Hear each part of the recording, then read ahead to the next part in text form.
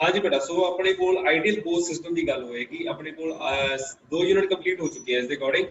सो पहले 2 यूनिट ਦੇ ਵਿੱਚ ਕੀ ਹੈ ਬੇਟਾ, micro canonical ensemble, canonical ensemble, grand canonical ensemble and ਉਸ ਤੋਂ ਬਾਅਦ ਕੁਆਂਟਮ ਸਟੈਟਿਸਟਿਕਸ ਜਿਹੜਾ ਚੈਪਟਰ ਸੀਗਾ ਉਹ 2 ਯੂਨਿਟ ਫੁੱਲੀ ਕਵਰ ਕੀਤੇ ਜਾਂਦੇ ਉਹਦੇ ਵਿੱਚ।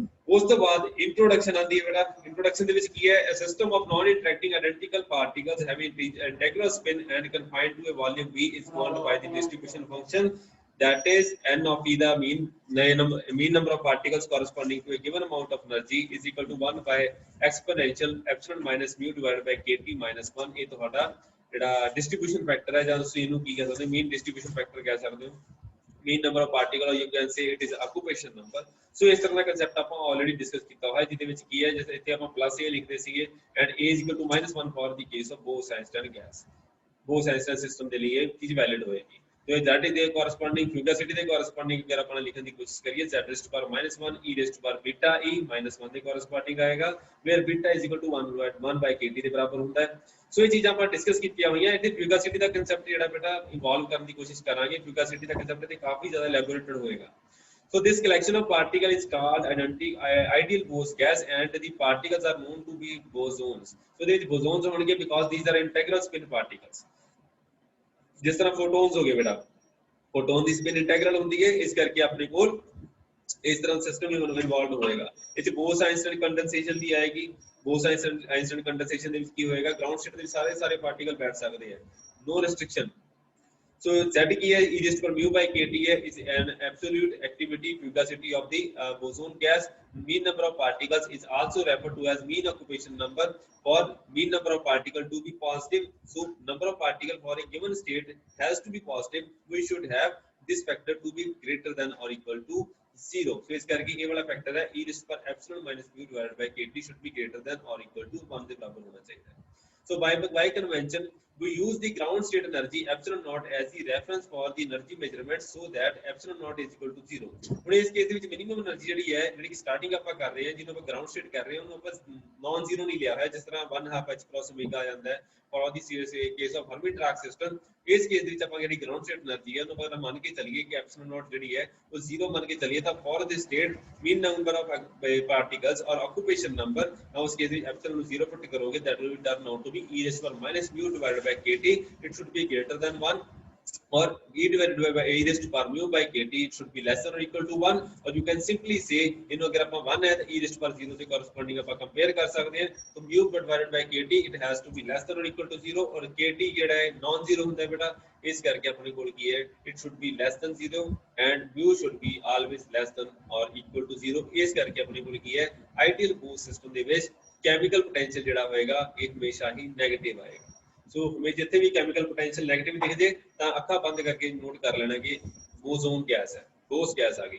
ਸੋ ਇਹ ਤੁਹਾਡੇ ਕੋਲ ਕੰਪੀਟੀਸ਼ਨ ਦੇ ਵਿੱਚ ਵੀ ਯੂਜ਼ ਹੋਏਗਾ ਬੇਟਾ, NET ਜਾਂ ਗੇਟ ਜੈਸਟ ਜਾਂ ਕਿਸੇ ਹੋਰ ਤਰ੍ਹਾਂ ਐਗਜ਼ਾਮ ਹੈ, TFR ਦਾ ਐਗਜ਼ਾਮ ਹੁੰਦਾ ਹੈ, ਸਾਰੇ ਐਗਜ਼ਾਮ ਤੁਸੀਂ ਫਿਲ ਕਰਨੇ, ਯਾਦ ਰੱਖਿਓ। ਇਹਨਾਂ ਸਾਰੇ ਐਗਜ਼ਾਮ ਦੇ ਥਰੂ ਤੁਸੀਂ ਕੰਪੀਟੀਸ਼ਨ ਦੇ ਥਰੂ ਐਂਟਰ ਕਰਕੇ ਸਾਇੰਟਿਸਟ ਦੀਆਂ ਪੋਸਟਾਂ ਨਿਕਲਦੀਆਂ, ਸਾਰੇ ਤੁਸੀਂ ਗੇਨ ਕਰ ਸਕਦੇ ਹੋ, ਲੇਕਿਨ ਉਹਦੇ ਲਈ ਤੁਹਾਨੂੰ ਇਹ ਚੀਜ਼ਾਂ ਫੰਡੇ ਕਲੀਅਰ ਹੋਣੇ ਚਾਹੀਦੇ ਆ। So chemical potential for the Bose gas ਜਿਹੜਾ ਹੈ ਕਿ ਨੈਗੇਟਿਵ ਹੋਏਗਾ। So thus Z is equal to e raised to power mu divided by kt। ਉਸ ਕੇਸ ਦੇ ਵਿੱਚ ਕੀ ਹੋ ਜਾਏਗਾ, ਹੁਣ Z ਜਿਹੜਾ ਹੈ e raised to power mu by kt ਦੇ ਬਰਾਬਰ ਹੁੰਦਾ ਹੈ। ਹੁਣ it will be mu ਆਪਣੇ ਕੋਲ ਕੀ ਹੋ ਗਿਆ, ਨੈਗੇਟਿਵ ਹੋ ਗਿਆ, ਇਸ ਕਰਕੇ ਆਪਣੇ ਕੋਲ ਕੀ ਹੋ ਗਿਆ, Z will be lying between 0 and 1 for the case of Bose-Einstein gas। ਇਹ ਆਪਣੀ ਲਿਮਿਟ ਹੋ ਜਾਏਗੀ। So that is Z for an ideal gas is a fraction। Okay, the total number of particles in the system can be expressed as, ਉਸ ਤੋਂ ਬਾਅਦ total number of particles, mean occupation number ਆਪਾਂ ਨੂੰ ਪਤਾ ਹੈ, ਆਪਾਂ ਉਹਦੇ ਸਾਰੀ energy ਦੇ ਉੱਪਰ ਸਮ ਕਰ ਦਈਏ ਤਾਂ ਉਹਦੇ corresponding total number of particles ਆ ਜਾਣਗੇ। ਤਾਂ ਇਸ ਕੇਸ ਦੇ ਵਿੱਚ ਆਪਾਂ ਕੀ ਹੈ, ਇਹਨੂੰ ਐਕਸਪਲੋਰ ਕਰ ਸਕਦੇ ਹਾਂ, that is summation over epsilon 1 divided by z raised to power -1 e raised to power beta e -1। ਹੁਣ ਆਪਣਾ ਜਿਹੜਾ ਦੂਸਰੇ ਵਾਲਾ ਸਿਸਟਮ ਸੀਗਾ e raised to power mu by kt and e minus b divided by kt ਵਾਲਾ, ਉਹਦੀ ਜਗ੍ਹਾ ਆਪਾਂ ਇਹੀ ਵਾਲਾ ਫੈਕਟਰ ਯੂਜ਼ ਕਰਾਂਗੇ। ਉਸ ਤੋਂ ਬਾਅਦ there is no restriction on the number of particles in any energy state। the Q potential or macro potential for this system will be given by, so Q potential ਕੀ ਹੋ ਜਾਏਗਾ ਬੇਟਾ, ਇਹ ਆਪਾਂ ਪਹਿਲੇ ਐਕਸਪਲੋਰ ਕੀਤਾ ਹੋਇਆ, minus summation over epsilon log of 1 minus z e raised to beta e ਦੇ ਬਰਾਬਰ ਹੋ ਜਾਏਗਾ, where we consider the system in thermodynamic limit। ਅਗਰ ਆਪਾਂ ਸਿਸਟਮ thermodynamic limit ਵਿੱਚ ਕੰਸੀਡਰ ਕੀਤਾ ਹੋਇਆ ਤਾਂ velocity ਜਿਹੜਾ ਵੋਲਿਊਮ ਹੈ, volume is tending to infinity।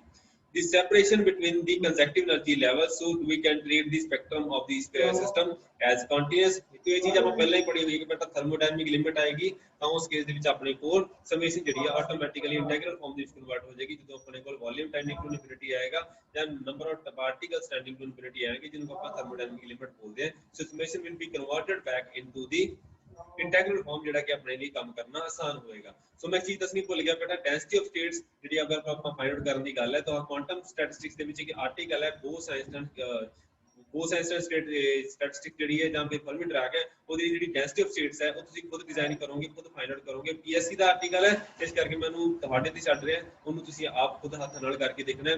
RK ਪਥਰੀਆ the book ਦੇ ਵਿੱਚ ਬਹੁਤ ਵਧੀਆ ਇਲੈਬੋਰੇਟ ਕੀਤਾ ਹੋਇਆ ਪੇਪਰ ਦੇ ਵਿੱਚ ਵੀ ਕਈ ਵਾਰ ਪੁੱਛ ਲੈਂਦੇ ਆ। ਸੋ ਇਸ ਕਰਕੇ ਇੰਪੋਰਟੈਂਟ ਆਰਟੀਕਲ ਹੈ ਲੇਕਿਨ ਪੀਐਸਸੀ ਚ ਕੀਤਾ ਹੋਇਆ ਇਸ ਕਰਕੇ ਤੁਸੀਂ ਇਹ ਚੀਜ਼ ਨੂੰ ਟੇਕ ਕੇਅਰ ਕਰਨਾ ਹੈ ਤੁਸੀਂ ਖੁਦ ਕਰੋਗੇ। So that is assignment for you. So we can treat the energy spectrum of the system as continuous and replace the summation in the above expression by integration in the energy space. तो उस case ਵਿੱਚ ਕੀ ਹੈ including the density of states ਕੀ ਹੋ ਜਾਏਗਾ ਬੇਟਾ density of states ਨੂੰ ਅਗਰ ਆਪਾਂ include ਕਰੀਏ ਬੋਸ ਆਈਨਸਟਾਈਨ ਦੀ ਕੇਸ ਵਿੱਚ ਤਾਂ ਆਪਣੇ ਕੋਲ ਕੀ ਆ ਜਾਏਗਾ 2 pi b divided by h cube 2 pi 2 m raised to power 3 by 2 and e raised to power 1 by 2 into 2 of d of e ਦੇ ਬਰਾਬਰ ਆ ਜਾਏਗਾ। ਸੋ density of states ਤੁਸੀਂ ਖੁਦ ਡਿਜ਼ਾਈਨ ਕਰੋਗੇ ਖੁਦ ਫਾਈਂਡ ਆਊਟ ਕਰੋਗੇ ਇਸ ਕੇਸ ਦੇ ਵਿੱਚ। So it must be emphasized that when we replace summation by the integration, multiplying the term with density of the states d of e be de the corresponding the contribution of weightage of the ground state being used as reference will be 0 because density of states for it is directly proportional to epsilon raised to power 1 by 2। ਹੁਣ ਤੁਸੀਂ ਦੇਖੋ ਬੇਟਾ ਇਹਦੇ ਵਿੱਚ density of states ਲਿਖਿਆ ਹੋਇਆ ਇਹਦੇ ਵਿੱਚ ਕੀ ਹੈ it is directly proportional to epsilon raised to power 1 by 2 ਦੇ corresponding ਹੈ। ਸੋ ਇਸ ਕੇਸ ਦੇ ਵਿੱਚ ਅਗਰ ਆਪਾਂ density ਅਗਰ એનર્ਜੀ ਅਗਰ ਆਪਣੇ ਗਰਾਊਂਡ ਸਟੇਟ ਦੀ ਗੱਲ ਕਰਦੇ ਹਾਂ ਤਾਂ ਉਹਦੇ ਕੇਸ ਵਿੱਚ ਕੀ ਹੋ ਜਾਏਗਾ ਉਹਦੇ ਵਿੱਚ ਕੇਸ ਵਿੱਚ ਆਪਣੇ ਕੋਲ એનર્ਜੀ ਨੂੰ ਅਗਰ ਆਪਾਂ 0 ਪੁੱਟ ਕਰ ਦਈਏ for the case of ground state ਤਾਂ ਉਹਦਾ ਕੀ ਫੈਕਟਰ ਕੀ ਹੋ ਜਾਏਗਾ ਨਲੀਫਾਈ ਹੋ ਜਾਏਗਾ। ਸੋ density of states for the case of ground state according to this expression will turn out to be 0। ਲੇਕਿਨ ਇਹ ਚੀਜ਼ ਸਾਨੂੰ ਰਿਕੁਆਇਰਡ ਨਹੀਂ ਹੈ ਇਹਦੇ case which apne ko ambiguity aayegi। So this is not proper because any number of particles can go to any energy state so that number of particles in the ground state can be significantly large jehda ke apne ko दिखा रहा है कि अपने को जेड़ा result है वो 0 आ रहा है लेकिन density of states ਦਾ लेकिन अपने को की है जेड़ा आना चाहिए there can be n number of particles that can reside inside the ground state। ਇਸ ਕਰਕੇ ਇਹ ਦੋਨਾਂ ਦੀ ਐਂਬੀਗੁਇਟੀ ਹੈ ਇਸ ਕਰਕੇ ਆਪਾਂ ਗਰਾਊਂਡ ਸਟੇਟ ਦੇ ਲਈ ਜਿਹੜਾ ਡੈਂਸਿਟੀ ਆਫ ਸਟੇਟਸ ਹੈ ਉਹ ਸੈਪਰੇਟਲੀ ਲਿਖਾਂਗੇ ਐਂਡ ਜਿਹੜਾ ਐਕਸਾਈਟਡ ਸਟੇਟ ਹੈ ਉਹਦੇ ਲਈ ਆਪਾਂ ਅਲੱਗ ਤੋਂ ਲਿਖਿਆ ਜਾਏਗਾ। So that number of particles in the ground state can be significantly large। To overcome or remove this problem, we separate the epsilon is equal to 0 for ground state term in this summation and perform integration for all the states that is greater than 0। So thus we write the expression for the number of particles as so number of particles in the for the case of ideal Bose gas is case which ki hoega 1 by z raised to power -1 e raised to power beta a the corresponding -1 and ground state ਦੇ ਲਈ ਇਹਨੂੰ ਬਿਲਕੁਲ separate ਕਰ ਦਿੱਤਾ and ਜਿਹੜਾ excited state ਹੈ ਉਹਦੇ ਲਈ ਆਪਾਂ ਇੰਟੀਗ੍ਰੇਟ ਕਰ ਦਾਂਗੇ ਪਾਵਾਂਗੇ ਕੀ ਬੇਟਾ it will be 0 plus। ਸੋ 0 ਨਹੀਂ ਹੈ ਬੇਟਾ ਗਰਾਊਂਡ ਸਟੇਟ ਨਹੀਂ ਹੈ 0 ਪਲੱਸ ਤੋਂ ਉੱਪਰ ਜਿੰਨੀਆਂ ਵੀ ਸਟੇਟਸ ਹੈ ਉਹ ਸਾਰੀ ਡੈਂਸਿਟੀ ਆਫ ਸਟੇਟਸ ਆਪਾਂ ਇਨਕਲੂਡ ਕਰਾਂਗੇ। ਹੁਣ ਡੈਂਸਿਟੀ ਆਫ ਸਟੇਟਸ ਲਿਖਿਆ ਹੋਇਆ ਬੇਟਾ ਇਹਦੇ ਨਾਲ ਤੁਹਾਡੇ occupation number and D of ਨੂੰ ਮਲਟੀਪਲਾਈ ਕੀਤਾ ਜਾਏਗਾ so that you can integrate over the hole integral. ਸੋ ਤੁਸੀਂ ਇਹਨੂੰ ਸੋਲਵ ਆਊਟ ਕਰਕੇ ਦੇਖ ਸਕਦੇ ਹੋ ਬੇਟਾ ਜਿਹੜੇ ਵੀ ਕਾਂਸਟੈਂਟ ਫੈਕਟਰ ਸਾਰੇ ਬਾਹਰ ਆ ਜਾਣਗੇ। ਥੀਸ ਆਰ ਸਟੈਂਡਰਡ ਇੰਟੀਗਰਲਸ ਇਹਨਾਂ ਨੂੰ ਆਪਾਂ ਕੀ ਕਰਾਂਗੇ ਇਹਨਾਂ ਨੂੰ ਲਿਖਣ ਦੀ ਕੋਸ਼ਿਸ਼ ਕਰਾਂਗੇ ਜਦੋਂ ਆਪਾਂ ਫਾਈਂਡ ਆਊਟ ਕਰਾਂਗੇ। ਸੋ ਦਿਸ ਇਜ਼ 0 ਪਲੱਸ ਦੇ ਕਨਸੈਪਟ ਹੈ ਬੇਟਾ। ਸੋ ਇਹਦੇ ਕੇਸ ਵਿੱਚ ਗਰਾਊਂਡ ਸਟੇਟ ਦੀ ਜਿਹੜੀ ਕੰਟਰੀਬਿਊਸ਼ਨ ਹੈ ਉਹਨੂੰ ਆਪਾਂ n ਨੋਟ ਦੇ ਨਾਲ ਲਿਖਿਆ ਹੋਇਆ ਬੇਟਾ ਦੈਟ ਇਜ਼ ਜਿਹੜੀ ਕਿ ਆਪਾਂ ਰਿਡਿਊਸ ਕੀਤੀ ਹੈ ਇਸ ਦੀ number of particles in the ground state of the system। ਬਾਕੀ ਬੜਾ ਪਾਰਟ ਜਿਹੜਾ excited state ਦਾ ਪਾਰਟ ਹੋਏਗਾ। Similarly the grand canonical partition function for the ideal Bose gas can be written as so ideal Bose gas the case which number cube partition function है partition function can be written in terms of minus log of 1 minus z into beta e raised to power minus beta ये ਹੁੰਦਾ बेटा ground state ਦੇ ਲਈ separate out ਕਰ ਦਿਓ excited state ਦੇ ਲਈ ਆਪਾਂ ਇਹਨੂੰ ਸੈਪਰੇਟ ਆਊਟ ਕਰਕੇ ਲਿਖਾਂਗੇ ਐਂਡ ਜਿਹੜਾ ਗਰਾਊਂਡ ਸਟੇਟ ਦਾ ਪਾਰਟੀਸ਼ਨ ਫੰਕਸ਼ਨ ਨੂੰ q ਨੋਟ ਲਿਖ ਦਿਓ ਬਾਕੀ ਸਾਰੇ ਨੂੰ ਐਕਸਾਈਟਡ ਸਟੇਟ ਨੂੰ ਐਸ ਐਚ ਰਹਿਣ ਦਿਓ तो ਇਸ ਕੋਰਸਪੋਂਡਿੰਗ ਆਪਣੇ ਕੋਲ ਰਿਜ਼ਲਟ ਆਏਗਾ। ਸੋ ਕਲਾਸਿਕਲ ਲਿਮਿਟ ਆਪਣੇ ਕੋਲ ਪਤਾ ਹੈ ਬੇਟਾ z is far less than or equal to 1 ਇਸ ਕੇਸ ਦੇ ਵਿੱਚ ਕੀ ਹੋ ਜਾਏਗਾ that is far less than 1 so which is observed when temperature and chemical potential are quite large। In this case the number of particles in the ground state will be given by n naught। so ਅਗਰ ਆਪਣੇ ਕੋਲ classical limit ਹੋਗੀ classical limit ਦੇ ਵਿੱਚ ਕੀ ਆ ਜਾਏਗਾ n naught ਦੀ ਜਿਹੜੀ value ਜਿਹੜੀ ਆਪਾਂ ਹੁਣੇ ਫਾਈਂਡ ਆਊਟ ਕਰਕੇ ਹਟੇ ਹਾਂ that is z divided by 1 minus z। so ਇਸ ਕੇਸ ਵਿੱਚ ਕੀ ਹੈ number of particles corresponding to ground state ਅਗਰ z far less than 1 ਹੋ ਗਿਆ ਤਾਂ ਇਸ ਕੇਸ ਵਿੱਚ ਕੀ ਹੋ ਜਾਏਗਾ 1 will be sufficiently large so as to ignore this z portion, इस करके z divided by 1 आ जाएगा, and ultimately number of particles in the ground state will turn out to be simply a factor that is z। ਉਸ ਤੋਂ ਬਾਅਦ ਕੀ ਹੈ ਜਿਹੜਾ partition function for the ground state ਹੈ ਉਸ ਕੇਸ ਵਿੱਚ ਕੀ ਹੋ ਜਾਏਗਾ ਬੇਟਾ, ਅਲਟੀਮੇਟਲੀ ਤੁਸੀਂ ਇਹਨੂੰ ਰਿਪਲੇਸ ਕਰ ਸਕਦੇ ਹੋ, ਲੀਨੀਅਰ ਐਕਸਪੈਂਸ਼ਨ ਕਰ ਸਕਦੇ ਹੋ log of 1 plus x, for the case of x far less than 1 it will turn out to be x, ਇਸ ਕੇਸ ਕੇ ਤੁਸੀਂ ਕੀ ਲਿਖ ਸਕਦੇ ਹੋ ਬੇਟਾ -x ਲਿਖੋਗੇ ਐਂਡ ਉਹਦੀ corresponding z will turn out to be far less than 1। ਇਹਨੂੰ ਗਲਤੀ ਨਾਲ ਵੀ 1 ਦੇ ਕੋਰਸਪੋਂਡਿੰਗ ਇਹਨੂੰ ਇਗਨੋਰ ਨਹੀਂ ਕਰ ਦੇਣਾ, ਬਿਕੋਜ਼ ਲੋਗਰਿਥਮਿਕ ਸੀਰੀਜ਼ ਹੈ, ਲੋਗਰਿਥਮਿਕ ਸੀਰੀਜ਼ ਡਿਫਰੈਂਟ ਬਿਹੇਵ ਕਰੇਗੀ as compare to linear series. So thus in the classical limit contribution of the particles in the ground state is negligible, so number of ground states ਹੁਣ ਇਹਦੇ ਵਿੱਚ ਕੀ ਹੈ ਬੇਟਾ, number of particles in the ground state is equal to z which is far less than 1, ਇਸ ਕਰਕੇ ground state ਦੇ ਵਿੱਚ ਪਾਰਟੀਕਲ ਹੋਣਗੇ ਹੀ ਨਹੀਂ, mostly particle excited state ਦੇ ਵਿੱਚ reside ਕਰਨਗੇ for the case of Bose-Einstein gas।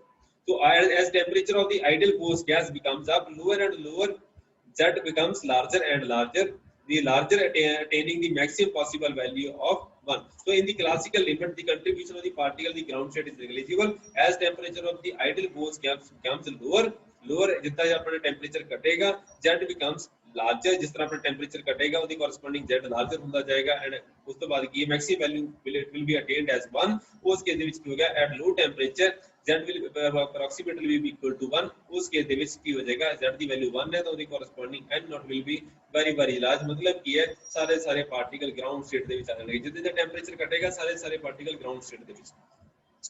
So that is at very low temperature the number of bosons in the ground state becomes significantly large, this is what we call as Bose-Einstein condensation। ਹੁਣ ਆਉਣ ਵਾਲੇ time 'ਚ ਵੀ ਆਪਾਂ ਪੜਾਂਗੇ Bose-Einstein condensation ਜਿਹੜਾ article ਹੈ properly discuss ਕੀਤਾ ਜਾਂਦਾ ਹੈ। So thus at a very low temperature we have z is approximately equal to 1 and number of particles which is equal to z divided by 1 minus z, ਉਹਦੀ corresponding ਤੁਸੀਂ ਇਹਨੂੰ identify ਕਰ ਸਕਦੇ ਹੋ, z can be written in terms of n naught divided by n naught plus 1 and q naught ਦੇ term ਦੇ ਵਿੱਚ ਲਿਖਣ ਦੀ ਕੋਸ਼ਿਸ਼ ਕਰੋਗੇ, ਉਸ ਕੇਸ ਦੇ ਵਿੱਚ z ਦੀ ਵੈਲਿਊ ਵਗੈਰਾ ਤੁਸੀਂ ਪ੍ਰਿੰਟ ਆਊਟ ਕਰਕੇ ਨੋਟ ਡਾਊਨ ਕਰ ਸਕਦੇ ਹੋ, ਸਿੰਪਲ ਐਕਸਪ੍ਰੈਸ਼ਨ ਹੈ, ਜ਼ਿਆਦਾ ਹੈ ਨਹੀਂ। So accordingly at low temperature we have n is equal to z by 1 minus z, or you can simply rewrite q naught ਨੂੰ ਜਿਹੜਾ ਹੈ n naught ਦੀ ਟਰਮ ਦੇ ਵਿੱਚ ਲਿਖਿਆ ਹੋਇਆ ਹੈ ਤਾਂ ਉਹਨੂੰ simply ਆਪਾਂ ਰੀਰਾਈਟ ਕਰਕੇ ਲਿਖ ਦਿੱਤਾ ਹੈ ਬੇਟਾ, और z can be written in terms of ਇਹਨੂੰ ਵੋਲਿਊਮ ਨਾਲ ਮਲਟੀਪਲਾਈ ਕਰਕੇ ਵੋਲਿਊਮ ਦੇ ਨਾਲ ਡਿਵਾਈਡ ਕਰ ਦਿਓ, और ਉਹਦੇ ਨਾਲ ਕੀ ਹੈ ਆਪਣੇ ਕੋਲ ਕੰਸੈਂਟ੍ਰੇਸ਼ਨ ਦਾ ਕਨਸੈਪਟ ਆ ਜਾਏਗਾ। So since number volume ਕੀ ਹੈ, volume ਤੁਹਾਡੇ number of particles ਦੇ ਉੱਪਰ ਡਿਪੈਂਡ ਕਰਦਾ ਹੈ, so that we n naught log of n naught plus 1 divided by v ਜਿਹੜਾ ਹੈ ਉਹਨੂੰ ਆਪਾਂ simply will be negligible small as compared to the second term, so we can neglect the contribution of q naught also। ਇਸ ਕੇ ਕੀ ਹੈ volume large ਹੋ ਗਿਆ, ਇਸ contribution ਕੀ ਹੋ ਗਿਆ ਆਪਾਂ ਇੱਕ ਜਿਹੜਾ ਨੰਬਰ ਹੈ it will be very small, ਇਸ ਕਰਕੇ ਨੂੰ ਨੈਗਲੈਕਟ ਕਰ ਸਕਦੇ ਹਾਂ, ਸੈਕੰਡ ਟਰਮ ਨੂੰ ਆਪਾਂ ਰੱਖ ਸਕਦੇ ਹਾਂ। Thus we finally arrive कि अपने को number of particles it will be equal to n naught plus बाकी ਜਿਹੜਾ फैक्टर लिखा है बेटा, and ਜਿਹੜਾ q है q ਨੂੰ ਆਪਾਂ ਫਸਟ ਟਰਮ ਨੂੰ ਨੈਗਲੈਕਟ ਕਰਕੇ ਬਾਕੀ ਸਾਰਾ ਪੋਰਸ਼ਨ ਆਪਾਂ ਲਿਖ ਸਕਦੇ ਹਾਂ। ਉਸ ਤੋਂ ਬਾਅਦ ਕੀ ਹੈ ਇਹਨੂੰ ਆਪਾਂ ਸੋਲਵ ਆਊਟ ਕਰਨ ਦੀ ਗੱਲ ਕਰਾਂਗੇ, ਆਪਣੇ ਕੋਲ ਜਿਹੜੇ ਇੰਟੈਗਰਲ ਪਏ ਹੋਏ ਆ ਕਿਸ ਤਰ੍ਹਾਂ ਸੋਲਵ ਆਊਟ ਕੀਤਾ ਜਾਏਗਾ, ਇਹ ਸਪੈਸ਼ਲ ਇੰਟੈਗਰਲਸ ਨੇ ਜਿਨ੍ਹਾਂ ਨੂੰ ਆਪਾਂ ਸੋਲਵ ਆਊਟ ਕਰਨ ਦੀ ਗੱਲ ਕਰਾਂਗੇ। ਹੁਣ ਇਹਦੇ ਵਿੱਚ ਕੀ ਹੈ ਬੇਟਾ ਬੀਟਾ ਇਨਟੂ ਐਪਸਿਲਨ ਜਿਹੜਾ ਲਿਖਿਆ ਹੋਇਆ ਹੈ ਇਹ ਸਬਸਕ੍ਰਿਪਟ ਨਹੀਂ ਹੈ ਬੇਟਾ, beta into epsilon is equal to e ਹੈ, is equal to x ਲਿਖਿਆ ਹੋਇਆ, ਇਹਦੀ ਜਿਹੜੀ ਜਦੋਂ ਆਪਾਂ ਸੁਪਰਪੋਜੀਸ਼ਨ ਬੈਕਪੁਟਿੰਗ ਕਰਾਂਗੇ ਜਾਂ ਇਹਨੂੰ ਆਪਾਂ ਫਿਲ ਆਊਟ ਕਰਾਂਗੇ ਤਾਂ ਉਹਦੀ ਕੋਰਸਪੋਂਡਿੰਗ ਆਪਣੇ ਕੋਲ ਸਬਸਟੀਟਿਊਸ਼ਨ ਕਰਾਂਗੇ। So beta into epsilon is equal to x, ਉਹਦੀ ਕੋਰਸਪੋਂਡਿੰਗ ਸਬਸਟੀਟਿਊਟ ਕਰਕੇ ਆਪਾਂ ਇਹਦੀ ਵੈਲਿਊ ਵਗੈਰਾ ਫਾਈਂਡ ਆਊਟ ਕਰਨ ਦੀ ਗੱਲ ਕਰਦੇ ਹਾਂ, ਉਹਦੇ ਵਿੱਚ ਵੈਲਿਊ ਫਿਲ ਆਊਟ ਕਰੋਗੇ ਤਾਂ ਅਲਟੀਮੇਟਲੀ ਤੁਹਾਡੇ ਕੋਲ ਕੀ ਆਏਗਾ number of particles that will be equal to n minus n naught। ਉਹਦੇ ਵਿੱਚ ਜਿਹੜਾ ਫੈਕਟਰ ਲਿਖਿਆ ਹੋਇਆ n minus n naught ਕੀਤਾ ਹੋਇਆ that is the number of particles other than the ground state ਆ ਜਾਏਗਾ। ਸੋ ਇਹਦੇ ਕੇਸ ਵਿੱਚ ਕੀ ਲਿਖਾਂਗੇ number of particles in the excited state it will be 2 pi v divided by h cube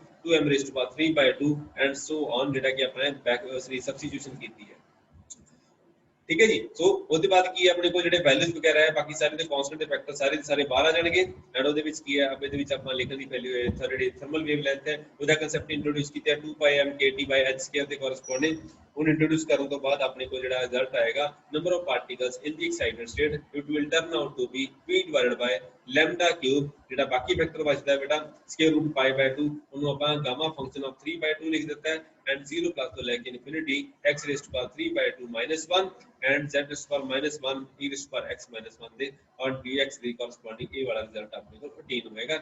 these are the number of particles in the excited state। तो ਤੁਸੀਂ ਦੇਖ ਸਕਦੇ ਹੋ ਬੇਟਾ ਮੈਥਮੈਟਿਕਸ ਸਿੰਪਲ ਹੈ, ਜਿੱਥੇ ਤੱਕ ਆਪਾਂ ਇੰਟੈਗਰਲ ਨੂੰ ਸੋਲਵ ਕਰਨ ਦੀ ਗੱਲ ਹੈ ਉਹ ਲੇਟੈਸਟ ਸਟੇਜ ਦੇ ਉੱਪਰ ਆਏਗਾ।